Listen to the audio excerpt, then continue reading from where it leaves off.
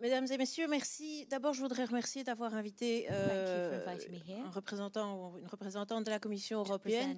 Et j'ai préparé cette présentation en anglais.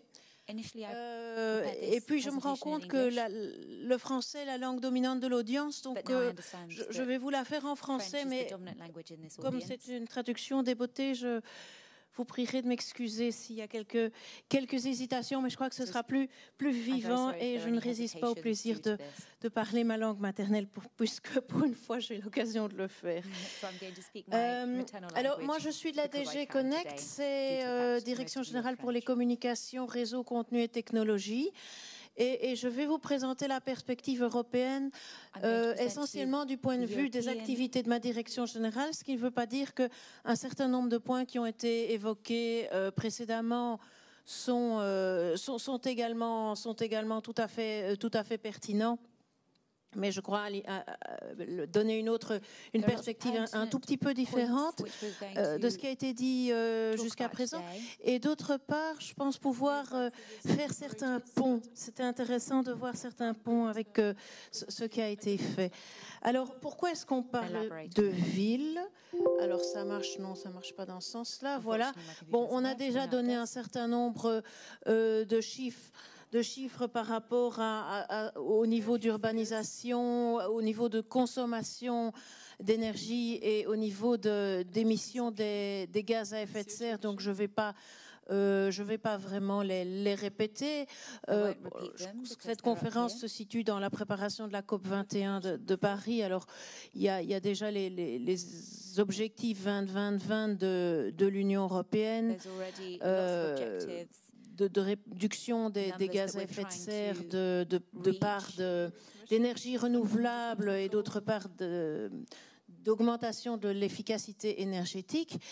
Et on a aussi parlé des définitions de la Smart Cities et voilà, c'est une définition qui vous est proposée. C'est un système de flux et de personnes. Mais un des éléments peut-être déterminants dans la notion de Smart City, c'est la présence des technologies de l'information, qui est un moyen pour connecter, pour mieux gérer ces flux. Alors, la philosophie. Attendez, donc. On parle de Smart City, c'est un peu le buzz parce que c'est une partie du problème, mais ça doit aussi être une partie de la solution. Et on ne peut pas faire l'impasse sur la vie urbaine face aux défis auxquels on est confronté. Donc, voilà, c'est très bien. Tout le monde parle de ville intelligente. Ça peut être un moyen d'aborder les problèmes, mais comment va-t-on faire? Et je suis trop loin. Donc, il y a différentes approches aux villes intelligentes. La première approche, c'est une approche basée sur la technologie, c'est-à-dire un fournisseur de technologie offre un paquet aux villes en disant voilà, ça c'est la solution que je vous propose, c'est un projet emballé, pré-emballé, papier cadeau, etc. On vous donne tout le paquet et éventuellement c'est lui qui assure la maintenance et c'est des services clés sur porte. Alors bon, c'est une option. Les autorités de la ville peuvent par exemple imaginer d'installer un système d'optimisation du système de transport public. Et puis après ça, on se dit ce serait pas mal, on va peut-être réfléchir à un système de péage urbain. Et puis on se dit, ce serait peut-être bien de coupler le péage urbain avec le transport public et puis de faire un système de prix, par exemple, et de coupler le prix de l'un et de l'autre pour essayer de mieux gérer les flux urbains et donc de décourager l'usage de la voiture. Ça peut être un choix de politique. Et donc, si on a eu ce système qui est ready-made, clé sur porte, ça pose question parce qu'on se dit, si on a été auprès d'un fournisseur par exemple pour le premier système, le système de gestion de transport public, est-ce qu'on va devoir rester chez le même fournisseur quand on va vouloir étendre le système? Ou est-ce que si on fait un autre système avec un autre fournisseur, est-ce que les systèmes vont être compatibles? De même, par exemple, si on veut coupler un système de véhicules électriques avec la consommation d'électricité, la consommation, la production d'électricité. Par exemple, dans le cas où on a un smart grid et qu'on a des consommateurs qui produisent. On peut se dire, ce serait bien de pouvoir coupler les données des deux systèmes de manière à ce qu'on recharge les véhicules. Si on a par exemple de l'énergie renouvelable produite à partir de panneaux solaires, eh bien qu'on recharge les véhicules quand on a un surplus de consommation, ça a un certain sens. Donc ça c'est par exemple, ça c'est une approche qui est l'approche qu'on pourrait dire en anglais technology driven. Il y a une autre vision de la Smart City. C'est de se référer au passé. C'est de se dire, historiquement, quand une ville a eu besoin de construire ses infrastructures, elle a pris ses travailleurs locaux. Et c'est les travailleurs locaux qui ont construit les routes, qui ont construit les murailles, qui ont construit les ponts. Et donc, on peut aussi imaginer la Smart City, c'est une autre vision, comme un écosystème. Et je pense que ça fait écho à ce que j'ai entendu, notamment par rapport au développement au Congo, comme un écosystème qui se développe localement en imaginant déjà un projet de ville et puis après ça, une fois qu'on a défini le projet de ville, en le développant en tant qu'écosystème local. Parce que non seulement on développe le projet, mais on développe aussi l'emploi local. Et donc, c'est plus une approche qui est sur base de la demande que sur base de l'offre. Donc, c'est deux visions différentes et je pense qu'il faut d'abord réfléchir à quelle vision on veut mettre en œuvre et dans un contexte global. Au niveau de la Commission européenne, on privilégierait plutôt la deuxième approche dans le cadre notamment d'instruments de financement pour que ça contribue également à la croissance locale et à l'emploi local. Alors, bon, ça c'est un modèle, mais comment est-ce qu'on va créer cette dynamique? Parce que c'est très bien de se dire, ce serait bien de... mais comment est-ce qu'on va le créer? Alors, les premiers acteurs, c'est évidemment les villes elles-mêmes. Et on voit des développements d'écosystèmes régionaux ou locaux en Europe. C'est des choses qui se passent. Et il y a certaines régions qui sont assez dynamiques pour mettre en place des conditions pour créer des développements locaux. Un outil évidemment au niveau européen, c'est les instruments, c'est les fonds structurels, les fonds régionaux et structurels. Alors c'est des budgets assez importants comme vous le voyez et il faut savoir que en fait il y a 5%, à peu près 18 milliards d'euros qui vont être gérés directement par les autorités des villes. Et donc, ce serait une opportunité dans le plan 2014-2020 pour les régions, pour les villes, de développer leur propre écosystème local sur base justement de ces fonds structurels. De ces fonds régionaux, pardon, c'est pas les fonds structurels. Et d'autre part, il y a des actions innovatives urbaines qui permettront de financer des actions d'innovation et expérimentale dans des zones urbaines. Donc, c'est certainement un outil qui mérite réflexion.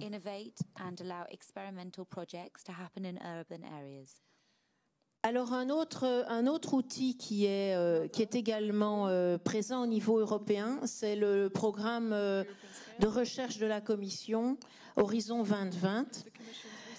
Et l'approche, c'est également de de favoriser des projets qui soient intégrés, qui soient reproductibles et qui peuvent être qui peuvent monter en puissance. C'est-à-dire qu'on a développé un concept de leader city et follower city. Je n'ai pas trouvé de traduction.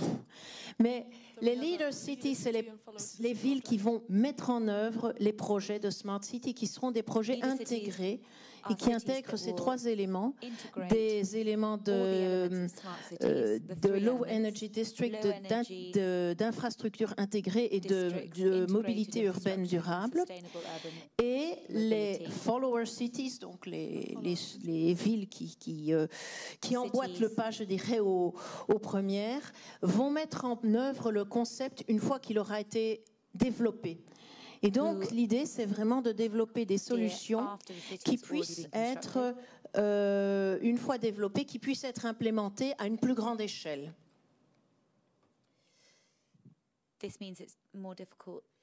Voilà, alors on a déjà eu un premier appel à projet pour l'année 2014 et vous voyez là la carte des 3 projets qui ont été sélectionnés avec en rouge les lead cities et en vert les follower cities.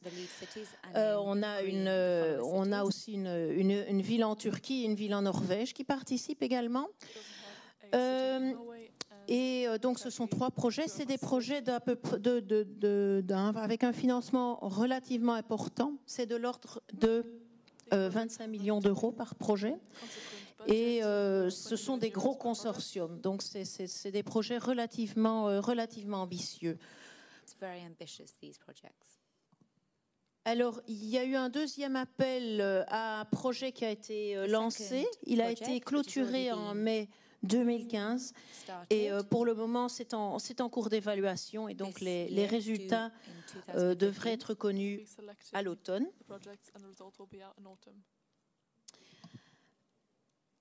Alors, il y a d'autres types d'instruments qui existent au niveau européen également pour le développement des Smart Cities.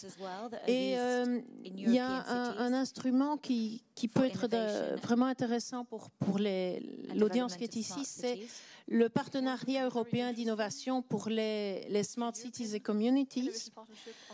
L'objectif, en fait, d'un partenariat européen pour l'innovation, c'est vraiment de mettre ensemble les acteurs de terrain de manière à pouvoir dégager des bonnes pratiques et éventuellement des mauvaises pratiques aussi, parce que c'est parfois plus intéressant de connaître les mauvaises pratiques que les bonnes d'ailleurs, et de permettre d'éventuellement pouvoir développer aussi à une plus grande échelle un certain nombre de projets. Par exemple, on a un projet qui est de Smart Lamppost, donc ou de Humble Lamppost, plus exactement, l'humble lampadaire, qui est en fait un projet d'infrastructure en matière d'éclairage, mais pas seulement.